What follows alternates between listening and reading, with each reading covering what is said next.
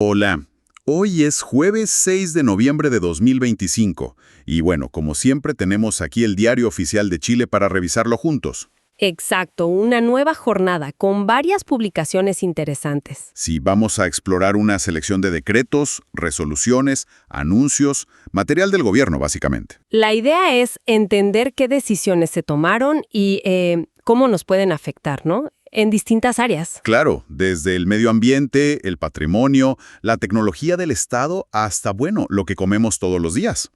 Hoy tenemos temas como, por ejemplo, nuevas exigencias bastante más duras parece para hacer eventos en los parques de Santiago, en el Parque Met. Sí, eso se ve interesante. También cambios importantes en cómo se etiqueta la leche, cómo se autoriza la salida de piezas arqueológicas para que las estudien afuera, Ah, sí, eso siempre genera discusión. y una actualización de los términos de la clave única que usamos para todo. Fundamental eso. También cómo se ajusta un contrato de la Ruta 5 por hallazgos arqueológicos y el inicio de la actualización del Plan Climático de Chile, varios frentes. Bastantes, sí. Nuestra idea, como siempre, es ir un poquito más allá del lenguaje técnico, del lenguaje oficial, y entender qué significa todo esto en la práctica. ¿Por qué nos debería importar? Exacto. Y fíjate que uno de los primeros temas que salta a la vista hoy es justamente esa tensión, ¿no? Entre cómo usamos los espacios, los recursos y cómo los cuidamos. Hay varios ejemplos hoy. Como esas reglas nuevas para eventos en el Parque Metropolitano y su red de parques, ¿verdad? Decías que suenan exigentes. Sí, lo son. Se publicó una nueva guía de obligaciones y buenas prácticas sustentables. Y la verdad es que sube bastante el nivel. Ajá. Ya no es solo la intención. Ahora hay requisitos súper concretos y fiscalizables, ojo. A ver, por ejemplo. Por ejemplo, residuos. No solo es reciclar, ahora es obligatorio separar en al menos 5 tipos: orgánicos, vidrio, latas, plástico PET 1 y papel o cartón. 5. Sí, con contenedores específicos, colores normados. Y lo clave, el organizador se lleva todo. No puede usar los basureros del parque. Ah, mira tú. Y se prohíbe repartir cosas promocionales de un solo uso, si la gente no las pide. Se acabó el volanteo masivo, digamos. O sea, organizar un evento grande ahora es logísticamente mucho más complejo en ese aspecto. Muchísimo más. Y aplica a todo, ¿eh? Agua, uso eficiente, nada de limpiadores con cloro o ácidos dañinos. Si usan baños químicos, hay que mostrar qué se hizo con los residuos. Trazabilidad. Exacto. En energía, preferir el día, declarar cuánta energía necesitas, usar equipos de bajo consumo y límites estrictos si usan generadores, que no contaminen ni hagan ruido excesivo. Y el ruido es un tema sensible siempre en los parques. Muy sensible. Por eso ahora hay control fuerte, pensando en los vecinos y en los animales del parque. Límites medibles en decibeles y obligación de decir cómo vas a mitigar el impacto. Y la protección del parque mismo. Las plantas, los animales. También se refuerza mucho. Hay que señalizar las zonas delicadas, prohibido poner cosas pesadas sobre el pasto o áreas sensibles. Si dañas algo, tienes que repararlo. Lógico. Y se insiste en proteger la fauna silvestre. No molestar, no alimentar, nada de eso. Citando incluso la ley de caza. Es que el Parque Met tiene mucha biodiversidad, ¿no? Muchísima. Hay un estudio reciente que encontró más de 750 especies, varias endémicas y amenazadas. Es un ecosistema valioso en medio de la ciudad. Claro. Y por eso, la fiscalización será antes, durante y después del evento. También se protege el patrimonio cultural que hay dentro. Se reafirman como parques sin humo ni fuego y se regula el acceso de autos.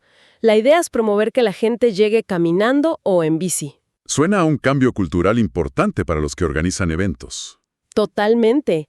Y hay 2 cosas más que son un antes y un después, creo yo. ¿Cuáles? 1. La obligación de calcular y reportar la huella de carbono del evento. Ah, eso es nuevo. ¿Sí? Y puede haber sanciones si no lo haces o lo estimas mal. Y 2. Un requisito de vínculo con la comunidad. Hay que informar a los vecinos cercanos y para eventos muy grandes, de más de 1,500 personas, necesitan una carta de compromiso de las juntas de vecinos. O sea, ya no es llegar e instalarse. Para nada. Hay que conversar antes. Además de todo esto obligatorio, la guía da recomendaciones, buenas prácticas, pero el foco es este piso mínimo que ahora es mucho más alto. Interesante cómo se busca que los eventos asuman su costo ambiental y social, Bueno, cambiando de escala pero sin dejar el patrimonio, ¿qué onda con esas piezas arqueológicas que salen del país para estudios? Ah, sí. Hoy se autorizó la salida temporal de un lote bien grande de muestras arqueológicas. Y es fascinante ver qué se va y para qué. ¿Qué tipo de muestras? De todo un poco.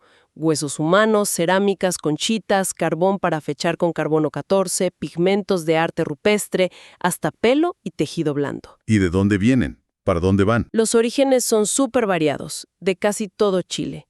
Sitios en la costa, como Maitencillo, Longotoma, de la región de los ríos, de Chicureo, de Atacama en varios puntos, del Alto Loa, de Arica, Un mapa arqueológico de Chile en esas muestras. prácticamente. Y los destinos son laboratorios top en el mundo. Universidades en Estados Unidos, Georgia, Kansas, Florida, California, también en Nueva Zelanda. Nueva Zelanda. Sí, por ejemplo, para analizar ADN de huesos de gallina que podrían ser precolombinas. También van muestras a Suecia, a Francia. Usan técnicas súper avanzadas, ¿viste? Datación por acelerador de partículas, análisis químicos no destructivos en cerámicas. Mencionaste lo de las gallinas precolombinas. ¿Qué específico? Suena a investigación de punta. ¿Y qué condiciones se ponen para que salgan estas piezas? Son condiciones bien claras. Se detalla si el análisis va a destruir la muestra o no. Ah, importante. Claro, las que no se destruyen tienen que volver. Por ejemplo, unas cerámicas van a Kansas, pero después regresan a la Universidad Austral en Valdivia. Y lo fundamental, los investigadores responsables, que se nombran en la resolución, tienen 2 años de plazo ¿2 años para qué? para informar los resultados que obtuvieron o, si no, para devolver las muestras tal como salieron. Se busca asegurar que el conocimiento que se genera con nuestro patrimonio, que ese conocimiento vuelva a Chile. Esencial ese retorno del conocimiento, sí. Y esto nos conecta con otro dilema. ¿Cómo compatibilizamos estos hallazgos, este patrimonio, con el desarrollo, con las obras de infraestructura? Vimos un caso en la Ruta 5 Norte, ¿no? Exacto. Salió un decreto que modifica el contrato de concesión del tramo entre La Serena y Vallenar. La razón, el hallazgo del sitio arqueológico El Olivar, justo donde pasaba la ruta. Un sitio importante, entiendo. Muy importante. Entonces, esto obligó a buscar una solución entre el MOP, el Ministerio de Obras Públicas, y la empresa concesionaria. ¿Y cuál fue la solución? Me imagino que implicó costos extras. Claro, el acuerdo es que la concesionaria asume nuevas tareas y gastos para cuidar el sitio y adaptar las obras. Y la ley de concesiones dice que esos costos imprevistos los tiene que compensar el MOP. ¿Y cómo se compensa? El decreto lo detalla bien. Hay pagos por estudios específicos, un monto mensual para mantener y vigilar el sitio hasta que se cierre definitivamente, un porcentaje extra por gastos generales y una indemnización por costos que ya tuvieron antes. Todo con mecanismos de pago, reajustes, bien definido. O sea, se reconoce formalmente que proteger ese patrimonio cuesta plata y se establece quién paga y cómo. Sienta un precedente esto. Pero haciéndose cargo bien de un hallazgo patrimonial importante. Y el acuerdo termina con un finiquito entre las partes por este tema específico. Se cierra ese capítulo. Entendido. Pasando a la planificación más a futuro, ¿qué hay sobre la estrategia climática de Chile?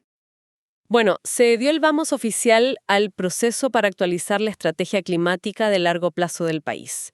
Esto lo exige la Ley Marco de Cambio Climático y es un proceso que busca ser participativo. ¿Cómo se puede participar? ¿Quiénes? Se abrió una consulta pública. Dura 30 días hábiles.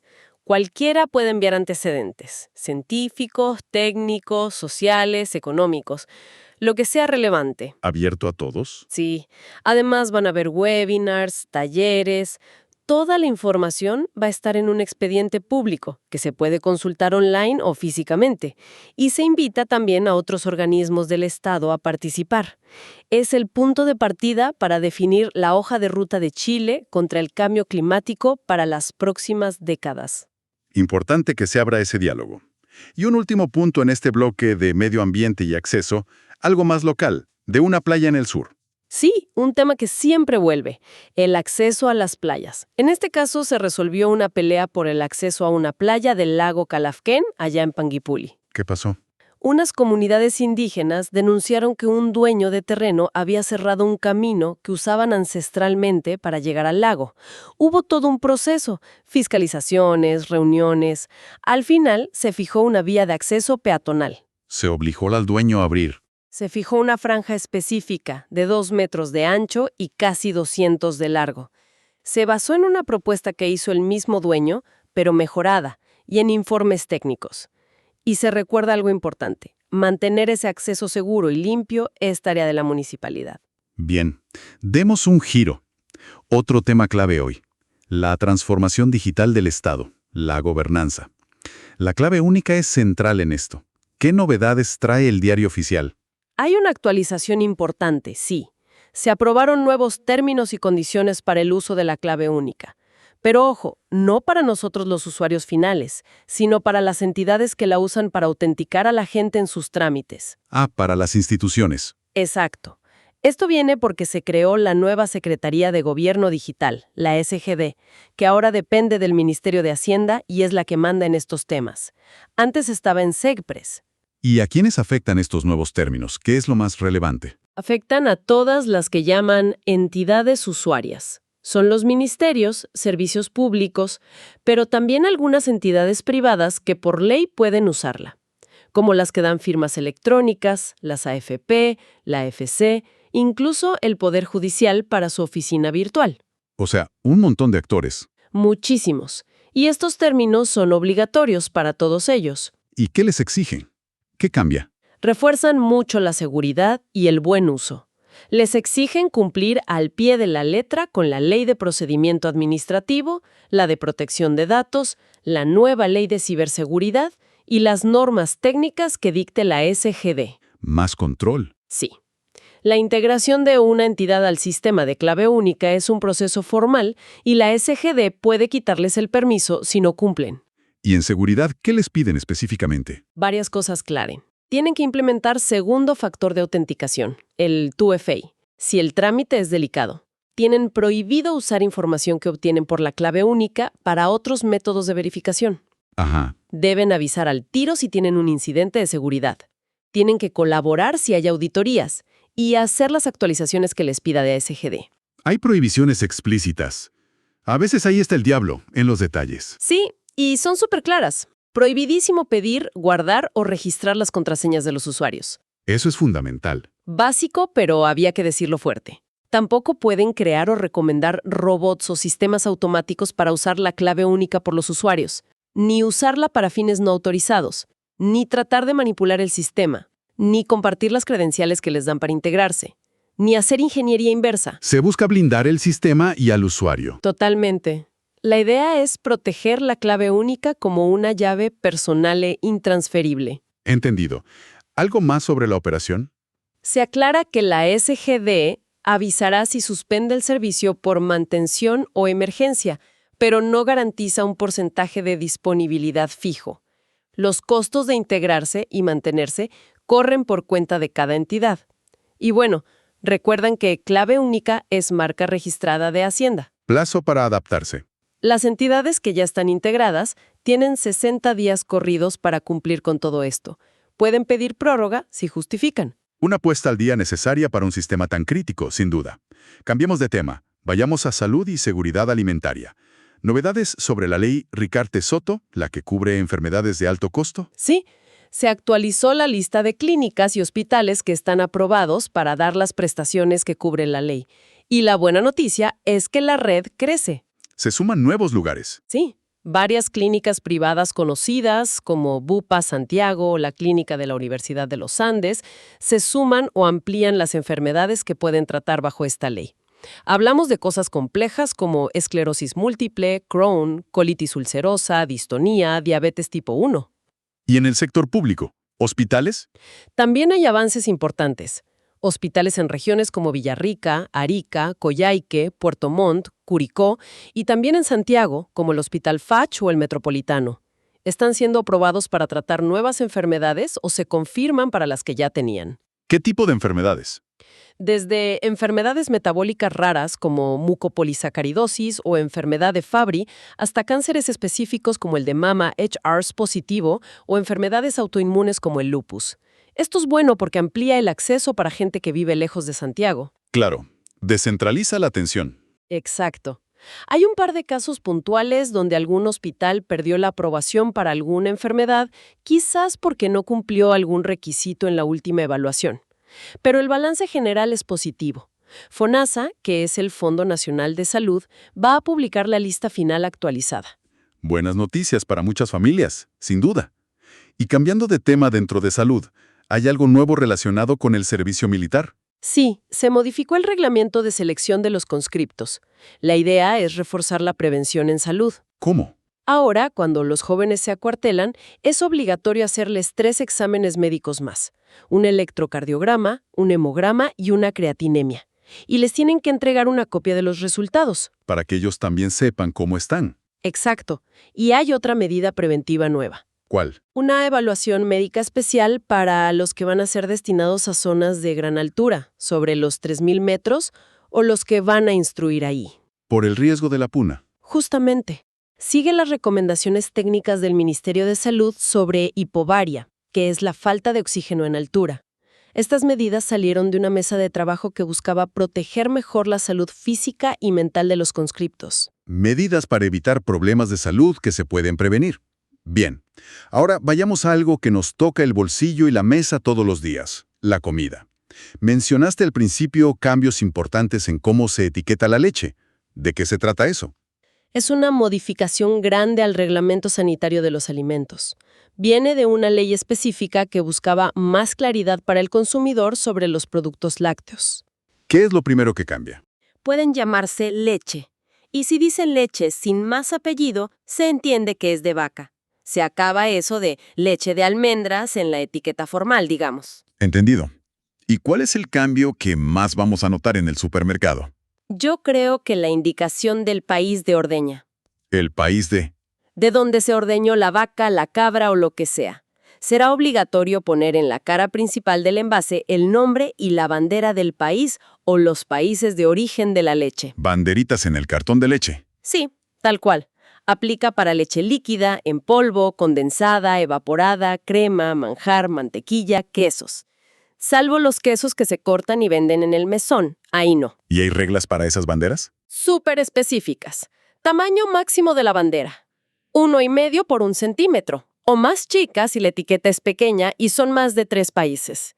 Tipo de letra, tamaño, todo detallado.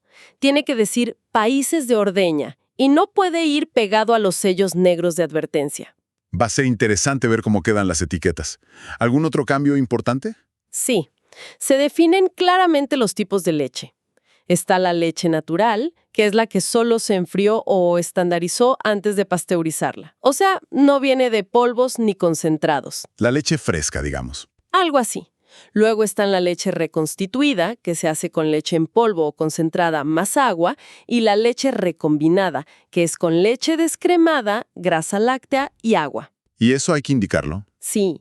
Si la leche es reconstituida o recombinada, tiene que decirlo claramente en el envase. También se deberá indicar el tratamiento térmico principal: pasteurización, UHT o esterilización. Más información para elegir. Y para las empresas que procesan la leche, hay exigencias nuevas. Sí, varias. Tienen que llevar registros del origen y la cantidad de leche que reciben. Necesitan tener un profesional universitario competente a cargo de la dirección técnica. Y deben tener un laboratorio, propio o externo, para hacer análisis de calidad. Además, tienen que guardar los resultados de esos análisis. Más control en la producción. Exacto. Y para los quesos, si no son de leche de vaca o son una mezcla, hay que indicarlo. Y también si se usó leche reconstituida o recombinada para hacerlos. ¿Y cuándo empezamos a ver todo esto en las góndolas? Mañana. No, calma. Tienen harto tiempo para adaptarse. La norma entra en vigencia en 24 meses, o sea, como en noviembre de 2027. Y podrían pedir hasta 6 meses más de prórroga si lo justifican bien. Ah, bueno, hay plazo. Pero es un cambio relevante en la información que vamos a tener como consumidores. Sin duda, algo a lo que habrá que ponerle atención cuando compremos lácteos en un par de años más. Definitivamente. ¿Alguna otra medida de gestión en salud publicada hoy? ¿Algo más administrativo quizás? Sí, una cosa más específica. Se delegó una facultad a los directores de los hospitales de La Serena, Coquimbo y Ovalle. Ahora ellos pueden emitir directamente las cartas de cobranza a las mutuales cuando atienden a alguien por un accidente del trabajo. Antes era más centralizado, parece. Busca agilizar esos cobros. Entendido. Bueno, para ir cerrando ya, ¿algún otro punto destacado así rapidito del diario oficial de hoy? Un par de cosas breves. Se autorizó un viaje del ministro de Hacienda, Mario Marcel, a Sevilla, España, para una conferencia de la ONU sobre financiamiento al desarrollo. Cochilco, que es la Comisión Chilena del Cobre, publicó los precios de referencia de los metales para el tercer trimestre de 2025. Esos precios son importantes para calcular el royalty minero. Ah, dato clave para la minería. Exacto. El SAG, el Servicio Agrícola y Ganadero, fijó tiempos estándar para hacer trámites relacionados con las denominaciones de origen de los vinos. Eso afecta cuánto cobran por esos trámites. Ajá. El Banco Central publicó su tabla diaria de tipos de cambio y paridades, como siempre. Hubo algunos nombramientos, subrogaciones, correcciones de datos en programas de mejoramiento de barrios, cosas así, más administrativas. Lo típico. Sí. Y registros de nuevas organizaciones. Una asociación gremial de feriantes en Antofagasta, una iglesia evangélica en Curicó, y se promulgó un convenio de colaboración entre Chile y la OEI, la Organización de Estados Iberoamericanos. Un recorrido bien variado, ¿eh? Desde cómo hacer eventos más sostenibles y cómo leer la etiqueta de la leche, hasta cómo cuidamos piezas arqueológicas de miles de años, cómo aseguramos nuestra identidad digital con la clave única y temas de salud pública. Sí. Todo sacado de las páginas del diario oficial de hoy, jueves 6 de noviembre de 2025. Exacto. Y creo que demuestra bien cómo estas publicaciones, que a veces parecen áridas, en realidad traducen decisiones bien concretas que van moldeando las reglas del juego en un montón de aspectos de la vida en el país. Esperamos que este repaso haya servido para entender mejor estas actualizaciones. Justamente esa es la idea, sacar lo importante de fuentes que pueden ser complejas y ponerlo en lenguaje claro. Ojalá que sí. Y bueno, como reflexión final, pensando en lo que hablamos hoy, el caso de la Ruta 5 con el sitio arqueológico El Olivar, o las nuevas exigencias para los eventos en el Parcomet, incluso la actualización de la estrategia climática. ¿Cómo creen que podemos seguir avanzando en ese equilibrio tan difícil, ¿no? Entre el desarrollo, que obviamente se necesita, infraestructura, economía, y la protección, que es indispensable, de nuestro patrimonio natural y cultural. Es la gran pregunta, ¿no? Una tensión constante. Exacto. Una pregunta que queda abierta y que es fundamental para el futuro que queremos construir. Sin duda. Bueno, muchísimas gracias por acompañarnos en este análisis. Gracias a ti. Y hasta la próxima.